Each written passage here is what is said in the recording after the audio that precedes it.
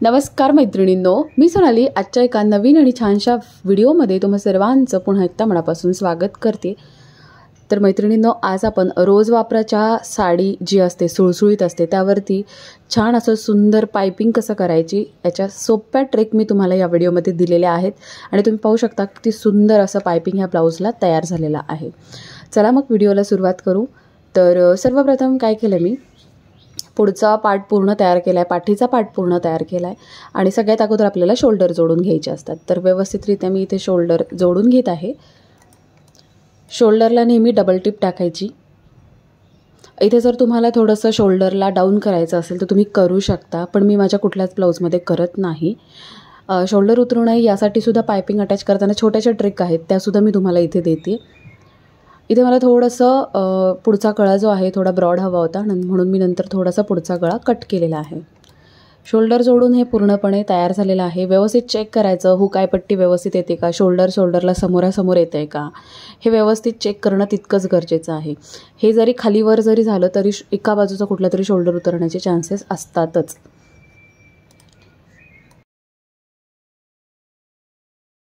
आता इथे जेवढं काही तुमचं फॅब्रिक उरलं असेल ते घ्यायचं। आता माझ्या ब्लाऊजच्या ह्या कटिंगमधून एवढं फॅब्रिक उरलं होतं जे डबल फोल्ड होतं, जसं होतं तसंच मी ठेवलं। आता डबल फोल्ड असण्यामागचं एक पॉझिटिव्ह गोष्ट म्हणजे काय, तर आपल्याला एका वेळेस 2 पट्ट्या मिळतात, म्हणजे आपल्याला जास्त पट्ट्या मिळतात। एक सिंगल काढत बसण्यापेक्षा डबल फोल्ड आपण कापड घेऊन कट करतो ना, तर तसंच ठेवायचं। हे एवढं कापड उरलं होतं। आता यामध्ये स्केलचा वापर करायचा, म्हणजे काय तर पट्टी। तर बघा, मी पट्टी अशी व्यवस्थितरित्या क्रॉस ठेवली। तर तुम्हाला हे सगळं माहिती झालेलं आहे माझ्या चॅनल थ्रू किंवा एनी अदर तुम्ही कुठे क्लास केला असेल वगैरे, की क्रॉस पट्ट्या पाइपिंगसाठी काढल्या जातात। तर मी इथे क्रॉसमध्ये बघा मार्किंग करून घेतलं आणि व्यवस्थित ठेवून ते कट करायचं। आता ह्या पट्ट्या बायर्स काढणार तर ह्या थोड्याफार ताणल्या जाणार, त्यामुळे जेवढं हलक्या हाताने काम करता येईल तेवढं हलक्या हाताने तुम्ही काम करायचं आहे। जसं मी व्हिडिओमध्ये स्वतःसुद्धा खूप हलक्या हाताने काम करते, जसं तुम्ही पाहताय अगदी नाजूकरित्या आपल्याला फॅब्रिक पकडायचं असतं, कापड पकडायचं असतं। पट्ट्या कट करून घेतल्या। इकडेसुद्धा थोडं मला वाटलं कमी पडेल म्हणून मी तिकडेसुद्धा थोडं एक साईडला छोटीशी पट्टी कट करून घेतली। हे सुद्धा 2 आल्यात, म्हणजे टोटल बघा इथे किती 6 पट्ट्या मिळाल्यात। आता हे आपल्याला जोडायच्यात, पण त्या अगोदर ह्या वाकड्या तिकड्या आहे त्याचं कॉर्नर्स, मग ते मी सरळ करून घेतले। का तर जोडताना सुद्धा एकदम प्रॉपर आणि प्रोफेशनल पद्धतीने त्या जोडायच्या। आता जोडताना बघा कशा पद्धतीने जोडायच्या। आपण कट करताना कसं कट केलेलं आहे, याचा वरचा आणि खालचा भाग हा सरळ आहे आणि याचे जे दोन्ही मधले समोरासमोर भाग आहेत ते उलटी आहे फॅब्रिक।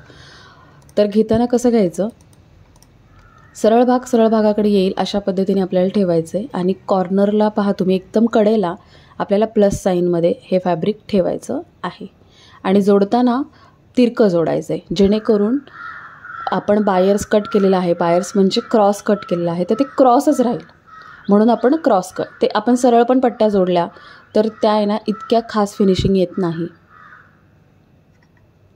तर पहा, ही एक पट्टी जोडली, लगेचच दुसरी पट्टी आपण तशीच जोडणार आहोत।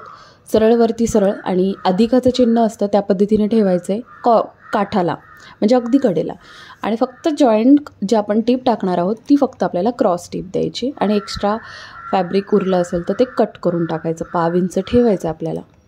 अशा व्यवस्थित पट्ट्या जोडून घेतल्या जेवढ्या हव्या आपल्याला पाइपिंगला तेवढ्या। आता आपल्याला ही पट्टी तयार करायची पाइपिंगसाठी।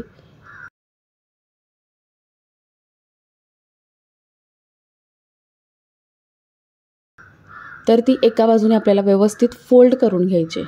तर ती फोल्ड करताना साधारणतः 1/2 इंच फोल्ड करायची। आपण 1 इंचाच्या रुंदीची पट्टी काढली आहे, तर ती 1/2 इंच किंवा 3 सूत इतकं, म्हणजे 3 लाईन आपल्या टेपमध्ये असतात ना 3 लाईन, तेवढंसुद्धा तुम्ही फोल्ड करू शकता। फोल्ड करून मी टीप टाकून घेतली। आता मी तुम्हाला जसं म्हणाले की हे क्रॉस आहे, बायर्स आहे, तर हे काय होतं थोडंसं ताणलं जातं। मग इथे जेव्हा तुम्ही स्टिच करता पट्टी, तर ते ताणल्यामुळे आपल्याला अंदाज येत नाही, काही कुठेतरी कोणा बाहेर येतो, कुठेतरी एक्स्ट्रा फॅब्रिक राहतं।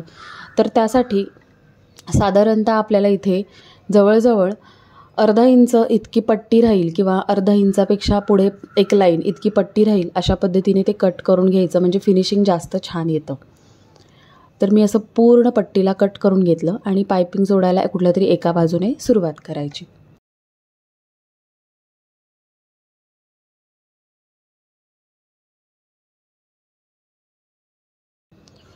पायपिंग जोडायला सुरुवात करताना काय करायचं, अर्धा इंच बाहेर ठेवायचं. हुक आय पट्टीपासूनच आपण सुरू करतो, तर हुक अर्धा इंच बाहेर ठेवायचं आणि पाव इंच ब्लाऊजचं मार्जिन आणि पट्टीचं मार्जिन धरून आपल्याला पूर्णपणे जसा शेप आहे त्या पद्धतीने आपण टिप टाकायची. आता शोल्डर उतरू नये म्हणून काय ट्रिक आहेत, तर शोल्डरची जी जॉईंट आहे त्या शोल्डरच्या जॉईंटच्या इथे आधी 2 इंच आणि नंतर 2 इंच, म्हणजे सुरुवातीला दोन्ही बाजूला 2-2 इंचावरती पट्टी जी आहे ती थोडी ताणून लावायची. तुम्ही पाहता इथे व्हिडिओमध्ये थोडीशी ताणून लावली की जेणेकरून जो शोल्डर उतरण्याचा जर प्रॉब्लेम असेल, जर त्या केसमध्ये तसा प्रॉब्लेम असेल तरच ही ट्रिक फॉलो करा. अदरवाईज आपल्या कटिंगनुसार ब्लाऊजचे शोल्डर उतरण्याचे 90% चान्सेस कमी होतात. पण जो 10%चा प्रॉब्लेम असेल तर तो ह्या सोल्युशनने सुद्धा आपला क्लिअर होऊन जातो. आता कुठे तुम्हाला असं वाटलं की थोडंसं एक्स्ट्रा जाड फॅब्रिक आहे, तर तुम्ही ते कट करून घ्यायचं, थोडंसं कुठे बाहेर आलं आहे वगैरे. कारण काय होतं, हे आपण व्यवस्थित कटिंग करून घेतलं तर आपल्याला पायपिंग करताना किंवा फोल्ड करताना सुद्धा खूप सोपं जातं.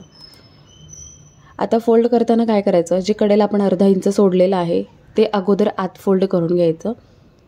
ओके, आत फोल्ड केलं, त्यानंतर ही पट्टी जी आहे ती आपल्याला आतल्या बाजूला फोल्ड करायचं. पण केव्हा, आतलं मार्जिन ह्या पट्टीच्या पोटात टाकायचं, जेणेकरून त्याचा छान असा पायपिंगचा शेप तयार होतो किंवा आकार तयार होतो. फुगवटा जो निर्माण व्हायला पाहिजे आपल्याला, तो फुगवटा त्यामध्ये केव्हा निर्माण होतो, जेव्हा तुम्ही आतलं जे मार्जिन आहे ते पायपिंगच्या पोटामध्ये भरल्यानंतर.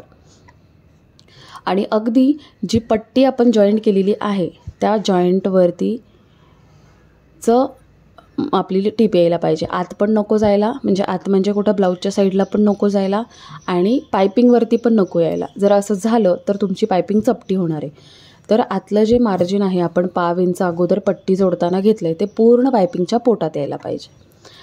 अशा काही छोट्या छोट्या ट्रिक्स जर तुम्ही फॉलो केल्या तर तुमच्या ब्लाऊजला पायपिंग करताना खूप सुंदर आणि फिनिशिंगने तुमचं पायपिंग तयार होणार आहे. सो इथे मी बघा पूर्णपणे छान असं पायपिंग तयार करून घेतलं आहे. एकसारखं थोडा वेळ लागू द्या कामाला, पायपिंगला. सुरुवातीला जेव्हा तुम्ही नवीन शिकत असता तेव्हा वेळ लागतो, पण एकदा तुम्हाला ट्रिक्स कळाल्या की तुम्ही ऑटोमॅटिक तुमचा तो स्पीड वाढतो. पण पायपिंग करताना साधारणतः आपल्याला खूप वेळ द्यावा लागतो, जेणेकरून फिनिशिंग जास्त छान येतं. सो पहा तुम्ही अशा पद्धतीने सुंदर असं पायपिंग जोडून तयार आहे आणि किती छान असं पायपिंग एकसारखं आलेलं आहे तुम्ही पाहताय. सो अशा प्रकारे मी हा पूर्णपणे ब्लाऊज तयार करून घेतला आणि हा पूर्ण ब्लाऊज अशा पद्धतीने हा कस्टमरचा ब्लाऊज तयार झालेला आहे. आता शेवटी ह्या पायपिंगला आपल्याला छान इस्त्री करायची, जेणेकरून आतमध्ये जे काही एक्स्ट्रा पाव इंच फॅब्रिक राहतं ते छान सेटल होतं आणि जागेवर ते हलत नाही. अशा पद्धतीने हे पायपिंग तयार होतं. सो इस्त्री करायला नक्की विसरायचं नाही. सो कसा वाटला आजचा व्हिडिओ नक्की कमेंट करून सांगा.